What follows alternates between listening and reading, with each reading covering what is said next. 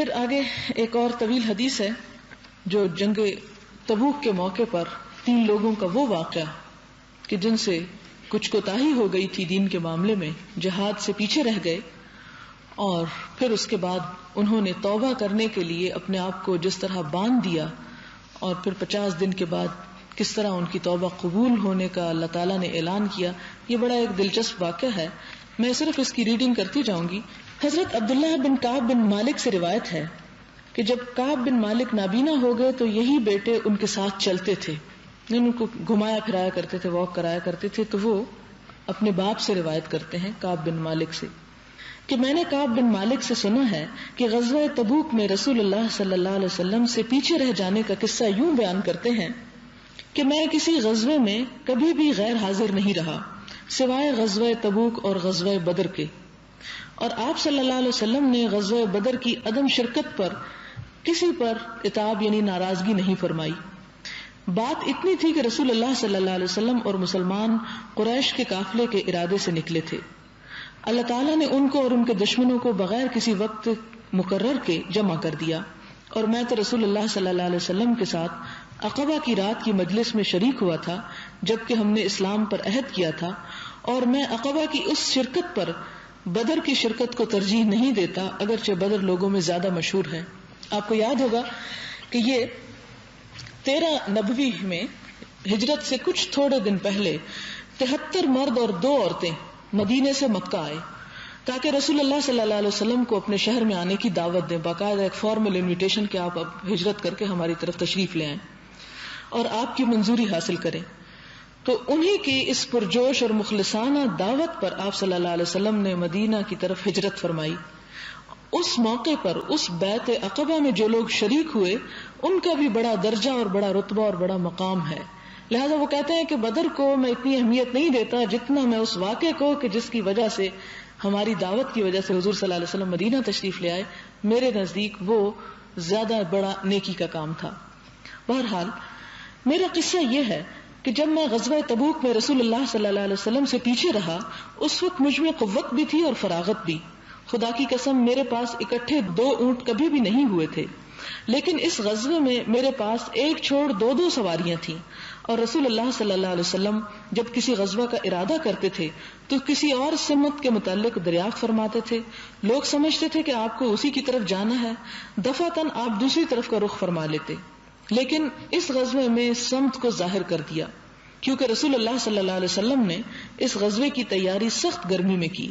دور کا سفر تھا، خشک اور سخت مسافت تھی، اور دشمنوں کی بڑی تعداد کا مقابلہ، اس لیے اس مہم کا اظہار کر دیا تھا اور ان کو اس سمت کی خبر دے دی تھی تاکہ پوری طور پر تیاری کر لیں. اس وقت مسلمانوں کی تعداد بہت ہو چکی تھی اور ان کی کوئی فہرست نہ تھی. اگر آدمی چھپنا چاہتا تو چھپ جاتا اور کسی کو گمان بھی نہ ہوتا جب تک کہ اس کے بارے میں اللہ تعالیٰ کی طرف سے وحی نازل نہ ہوتی. یعنی بہت زیادہ مسلمان تھے اور کوئی پتہ نہیں چلتا تھا کہ کون شریک ہوا ہے اور کون غائب ہو گیا ہے.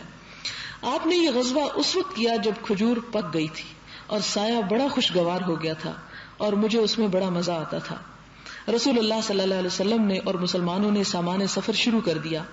میں ہر روز صبح کو اسی ارادے سے آتا کہ میں بھی آپ کے ساتھ تیاری کروں، لیکن یوں ہی پلٹ جاتا اور کوئی فیصلہ نہ کرتا، اور اپنے دل میں کہتا تھا کہ جب میں ارادہ کروں گا تو چلا جاؤں گا کیونکہ میں اس پر قادر ہوں. اور برابر میرا یہی حال رہا یہاں تک کہ سفر کی ہمہ ہمی اور سرگرمی شروع ہو گئی. رسول اللہ صلی اللہ علیہ وسلم اور مسلمان بالآخر روانہ ہو گئے، اور اب تک میں نے کوئی قطعی فیصلہ نہیں کیا تھا. صبح کو آتا اور کچھ انتظام کیے بغیر پلٹ جاتا. روزانہ یہی کیفیت رہتی یہاں تک کہ حضور صلی اللہ علیہ وسلم اور مجاہدین تیزی سے بڑھ گئے اور میرے لیے جہاد کا وقت ہاتھ سے نکل گیا. پھر میں نے ارادہ کیا کہ اب بھی چلا جاؤں اور آپ کو پالوں. کاش میں یہی کرتا، لیکن یہ بھی نہ کیا. رسول اللہ صلی اللہ علیہ وسلم کے جانے کے بعد جب میں باہر نکلتا تھا تو مجھے رنج ہوتا تھا کہ میرے لیے شریک حال وہی لوگ تھے جو منافق تھے یا معذور تھے، اور سب لوگ جا چکے تھے. اور مجھے رسول اللہ صلی اللہ علیہ وسلم نے سفر کے دوران یاد نہیں فرمایا. تبوک پہنچ کر آپ نے لوگوں سے دریافت کیا کہ کعب بن مالک کو کیا ہوا. بنی سلمہ کے ایک آدمی نے کہا، یا رسول اللہ صلی اللہ علیہ وسلم، ان کو اپنی چادر اور جھک جھک کر اپنے پہلوؤں کے دیکھنے نے اس کی فرصت ہی کہاں دی کہ وہ ہمارے ساتھ آتے. یعنی ذرا تنقید کی. معاذ بن جبل رضی اللہ تعالیٰ عنہ نے کہا، بری بات تم نے کہی، قسم خدا کی یا رسول اللہ ان میں سوائے بھلائی کے ہم نے کچھ نہیں پایا، یعنی وہ منافق نہیں ہے۔ پھر آپ خاموش ہو گئے اور آپ اسی حال میں تھے کہ ایک سفید پوش آدمی گرد اڑاتا ہوا آ رہا تھا۔ آپ نے فرمایا ابو خیثمہ، اور وہ ابو خیثمہ ہی تھے، یہ وہی تھے جنہوں نے 1 سا کھجوروں کا صدقہ کیا تو ان پر منافقین نے طنز کیا تھا۔ حضرت کعب کہتے ہیں کہ جب مجھے خبر پہنچی کہ رسول اللہ صلی اللہ علیہ وسلم تبوک سے پلٹنے والے ہیں تو مجھے فکر شروع ہو گئی اور میں اپنے دل ہی دل میں جھوٹی باتیں گھڑنے لگا، اور میں نے کہا کہ میں کل آپ کی ناراضگی سے کیسے بچوں گا، اور اپنے گھر والوں میں ہر صاحب رائے سے اس بات میں مدد چاہی کہ مجھے بتائیں کہ میں جھوٹ بولوں یا سچ۔ جب یہ خبر ہوئی کہ رسول اللہ صلی اللہ علیہ وسلم تشریف لے آئے تو میرا سب سوچا گھڑا بھول گیا کہ میں نے کیا دلیلیں تلاش کی تھی اپنی معذرت کے لیے، جب آپ سامنے آئے تو وہ سب ختم، اور میں نے سمجھ لیا کہ میں جھوٹ بول کر کبھی بھی نجات نہ پاؤں گا۔ بس میں نے سچ بولنے کی ٹھان لی، اور صبح صبح رسول اللہ صلی اللہ علیہ وسلم تشریف لائے۔ آپ کی عادت مبارک تھی کہ جب کسی سفر سے پلٹتے تھے تو پہلے مسجد میں آتے تھے، اس میں 2 رکعتیں پڑھ کر پھر لوگوں کے پاس بیٹھتے تھے۔ جب آپ فارغ ہوئے تو پیچھے رہ جانے والے آ کر آپ سے عذر کرنے لگے اور قسمیں کھانے لگے، یعنی منافقین۔ وہ 80 سے کچھ زیادہ لوگ تھے، ایک آتا دوسرا آتا اور سب دعوے کرتا کہ ہم اس وجہ سے ہم بیمار تھے، ہمیں یہ مشکل یہ پریشانی۔ آپ صلی اللہ علیہ وسلم نے ان کے ظاہری دعوے قبول کر لیے، ان سے بیعت لی، ان کے لیے بخشش چاہی اور ان کے دلی بھیدوں کو اللہ کے سپرد کیا۔ پھر میں آیا، جب میں نے آپ کو سلام کیا تو آپ غصے کے انداز میں مسکرائے اور فرمایا آؤ۔ میں آیا اور آپ کے سامنے بیٹھ گیا۔ آپ نے فرمایا اس سبب سے تم شریک نہ ہو سکے، کیا تمہارے پاس سواری نہ تھی؟ میں نے عرض کیا یا رسول اللہ قسم خدا کی اگر میں کسی دنیا والے کے پاس بیٹھا ہوتا تو اس کی ناراضگی سے عذر کر کے نکل جاتا، اس لیے کہ مجھ میں بحث کا مادہ ہے، لیکن میں سمجھتا ہوں کہ آج اگر میں آپ سے جھوٹ کہوں گا تو آپ تو راضی ہو جائیں گے، مگر قریب ہے کہ اللہ تعالیٰ آپ کو مجھ سے ناراض کر دے، اور اگر میں آپ سے سچی بات کہہ دوں تو آپ ناراض تو ضرور ہوں گے، لیکن میں اس میں اللہ عز و جل کے انعام کی امید رکھتا ہوں، میرے لیے کوئی عذر نہیں تھا۔ خدا کی قسم میں کبھی اتنا فارغ نہیں تھا جتنا کہ اس موقع پر۔ رسول اللہ صلی اللہ علیہ وسلم نے فرمایا انہوں نے تو سچی بات کہہ دی، جاؤ یہاں تک کہ اللہ تمہارے حق میں کوئی فیصلہ کرے۔ میں اٹھا اور میرے ساتھ ہی بنی سلمہ کے کچھ لوگ بھی اٹھ کر آئے اور کہنے لگے ہم کو تو معلوم نہیں کہ اس سے پہلے تم نے کوئی گناہ کیا ہو، تم عاجز ہو گئے اور کوئی عذر نہ کر سکے، جیسے عذر خواہوں نے عذر پیش کیے، اگر تم بھی کوئی عذر کر دیتے تو حضور صلی اللہ علیہ وسلم کا تمہارے لیے بخشش چاہنا تمہارے گناہ کی معافی کے لیے کافی ہو جاتا۔ اس طرح وہ برابر ملامت کرتے رہے، یہاں تک کہ میں نے ارادہ کیا کہ رسول اللہ صلی اللہ علیہ وسلم کی طرف پلٹ جاؤں اور جھوٹ بول دوں، یعنی انہوں نے مجھے بہت اکسایا کہ دیکھو اگر تم کچھ تھوڑی بہت جھوٹ بول کے تو آپ کو راضی کر لیتے تو حضور صلی اللہ علیہ وسلم تمہارے لیے معافی مانگ لیتے، استغفار اللہ سے مانگ لیتے تو معافی بھی ہو جاتی، وہ بھی راضی ہو جاتے، خدا بھی راضی ہو جاتا۔ پھر میں نے ان سے کہا کہ میری طرح کوئی اور بھی ہے؟ بولے ہاں 2 آدمی ہیں، انہوں نے بھی وہی کہا جو تم نے کہا اور ان سے بھی وہی کہا گیا جو تم سے کہا گیا۔ میں نے کہا وہ کون ہیں؟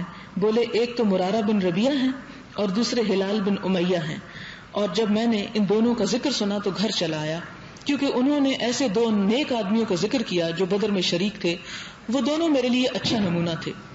اب رسول اللہ صلی اللہ علیہ وسلم نے حکم فرما دیا کہ ہم تینوں سے کوئی بات نہ کرے، تو لوگ کنارہ کش ہو گئے، یعنی ہم سے سوشل بائیکاٹ کر دیا گیا، سب کا بولنا چالنا ہم سے بند کر دیا گیا، اور ایسا رخ بدلا گویا کبھی کوئی جان پہچان نہ تھی۔ یہاں آپ دیکھیں کہ لوگ حضور صلی اللہ علیہ وسلم کی کس طرح اطاعت فرمایا کرتے تھے کہ آپ صلی اللہ علیہ وسلم نے اگر لوگوں سے کہہ دیا کہ بات نہیں ہوگی تو لوگ کہیں تنہائی میں بھی جا کے ان سے بات نہیں کرتے تھے، یہاں تک کہ مجھ پر میرا نفس تنگ ہو گیا اور زمین وہ زمین نہ رہی جس کو میں پہچانتا تھا۔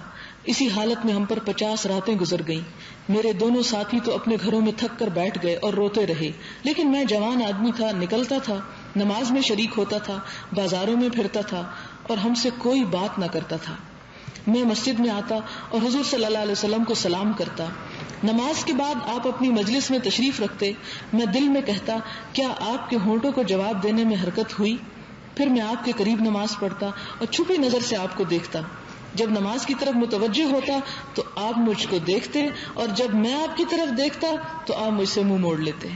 مسلمانوں کی بے رخی کو مدت ہو گئی تھی۔ ایک دن میں ابو قتادہ کی طرف گیا، وہ میرے چچا زاد بھائی تھے اور مجھے بہت محبوب تھے۔ میں ان کے باغ کی دیوار پھاند کر اندر پہنچا اور ان کو سلام کیا۔ خدا کی قسم انہوں نے میرے سلام کا جواب تک نہ دیا. میں نے کہا اے ابو قتادہ میں تم سے اللہ کا واسطہ دے کر پوچھتا ہوں, کیا تم نہیں جانتے ہو کہ مجھے اللہ اور اس کے رسول سے محبت ہے؟ وہ خاموش رہے. میں نے دوبارہ قسم دی, وہ پھر خاموش رہے. میں نے پھر ان کو قسم دی تو انہوں نے کہا اللہ اور اس کا رسول زیادہ جانتے ہیں. اس وقت میری دونوں آنکھوں سے آنسو گر پڑے اور میں چلا آیا.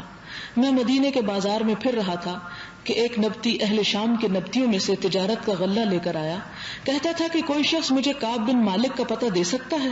لوگ میری طرف اشارہ کرنے لگے. وہ میرے پاس آیا اور غسان کے بادشاہ کا ایک خط دیا. میں نے اس کو پڑھا. اس میں لکھا تھا مجھے خبر ملی ہے کہ تمہارے آقا تم سے ناراض ہیں.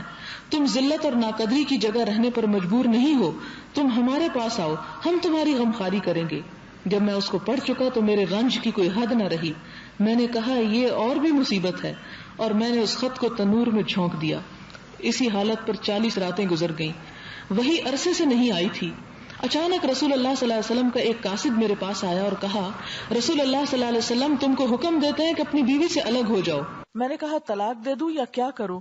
قاصد نے کہا نہیں بلکہ علیحدگی اختیار کرو اور ان کے قریب نہ ہو.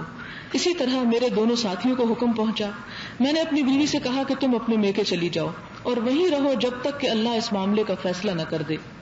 ہلال ابن امیہ کی بیوی رسول اللہ صلی اللہ علیہ وسلم کے پاس آئیں اور کہا یا رسول اللہ, ابن امیہ بوڑھے آدمی ہیں اور کوئی خادم نہیں, کیا آپ ناپسند کرتے ہیں کہ میں ان کی خدمت کروں؟ آپ نے فرمایا نہیں, لیکن وہ تم سے قریب نہ ہوں. انہوں نے کہا خدا کی قسم ان میں کوئی حص و حرکت نہیں. جب سے یہ قصہ ہوا ہے برابر روتے ہی رہتے ہیں. مجھ سے میرے بعض گھر والوں نے کہا تم بھی رسول اللہ صلی اللہ علیہ وسلم سے اپنی بیوی کے بارے میں اجازت طلب کرو جیسے ہلال بن امیہ کی بیوی نے اپنے شوہر کی خدمت کی اجازت لی ہے.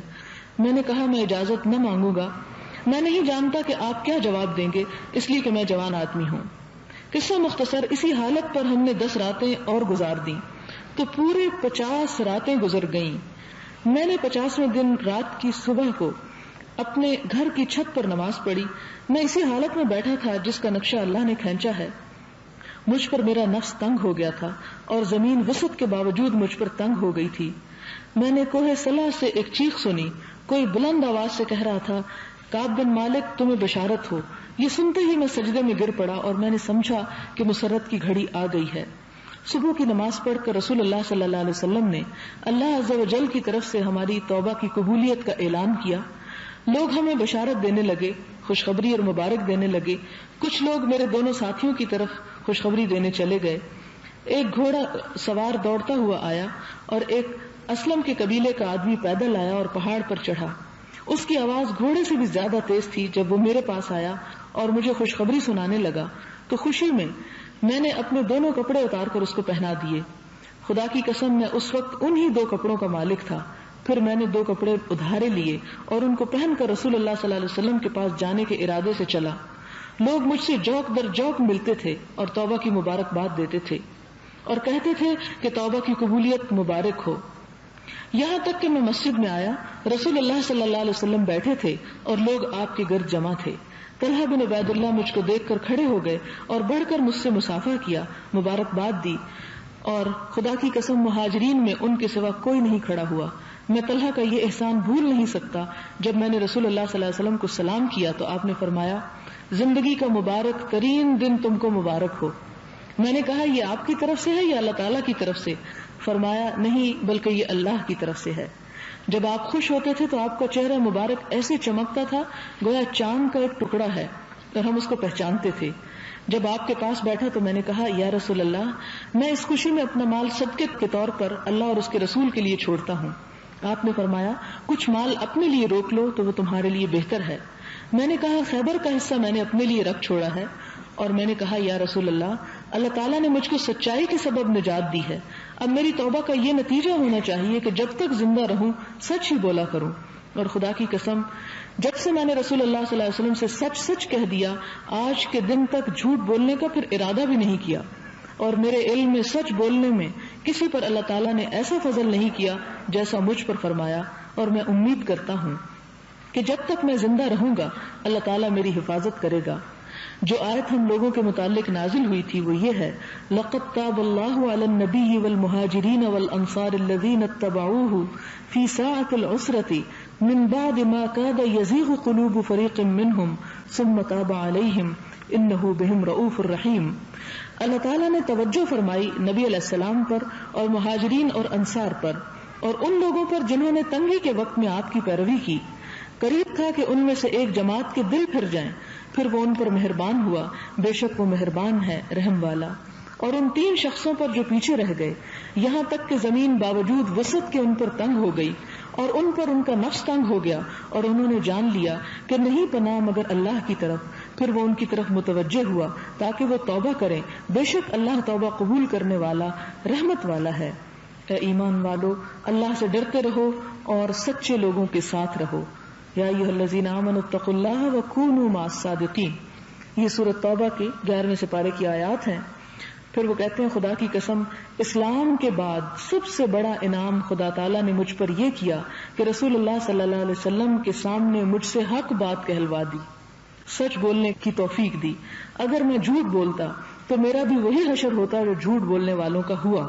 اللہ تعالیٰ نے جھوٹوں کے حق میں بہت ہی سخت وعید فرمائی ہے۔ ان کے بارے میں سورۃ التوبہ ہی کی آیات ہیں جس کا ترجمہ ہے، ان قریب وہ لوگ تم سے اللہ کی قسمیں کھائیں گے جب ان کی طرف پلٹو گے تاکہ ان کو درگزر کرو، بس تم ان سے منہ موڑ لو، بے شک وہ ناپاک ہیں، ان کا ٹھکانہ دوزخ ہے۔ یہ ان 80 منافقوں کی طرف اشارہ ہے جنہوں نے جھوٹ بول کر حضور صلی اللہ علیہ وسلم کو تو راضی کر لیا تھا لیکن توبہ نہیں کی اپنے قصور پر۔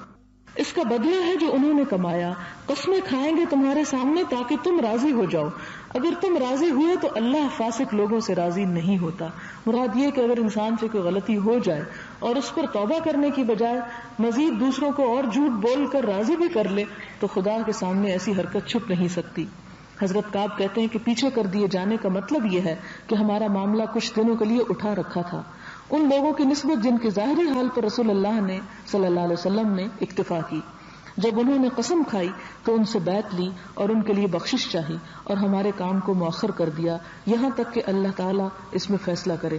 یہ بخاری اور مسلم کی روایت ہے، ایک طویل، جس سے بہت سے سبق ملتے ہیں اور جس کو آپ کے ذہن میں وہ چیزیں اجاگر بھی ہوتی چلی گئی ہوں گی اس قصے کو سننے کے بعد، کہ کس طرح حضور صلی اللہ علیہ وسلم کا حکم تمام مسلمانوں کے لیے ایسا زبردست حکم ہے، اتنا زبردست ڈسپلن ہے کہ آپ نے جب حکم دے دیا تو آپ دیکھتے ہیں کہ کوئی ایک شخص بھی چھپ کے اور چوری چھپے بھی آپ کے حکم کی نافرمانی نہیں کرتا۔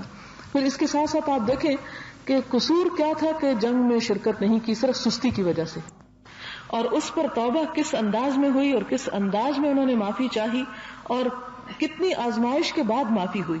تو بعض اوقات یہ نہیں ہوتا کہ انسان توبہ استغفار زبان سے کرتا رہے اور صرف چند تسبیحاں اس کی پڑھ لے تو سمجھے کہ سب توبہ ہو گئی۔ بعض اوقات اس توبہ کے لیے انسان کے اوپر کچھ تکلیف دہ حالات بھی آ جاتے ہیں، لیکن جب انسان ان سے گزر جاتا ہے اور پھر بھی حق اور صداقت پر جمع رہتا ہے تو اللہ تعالیٰ انسان کے اس عمل میں برکت پیدا کرتے ہیں۔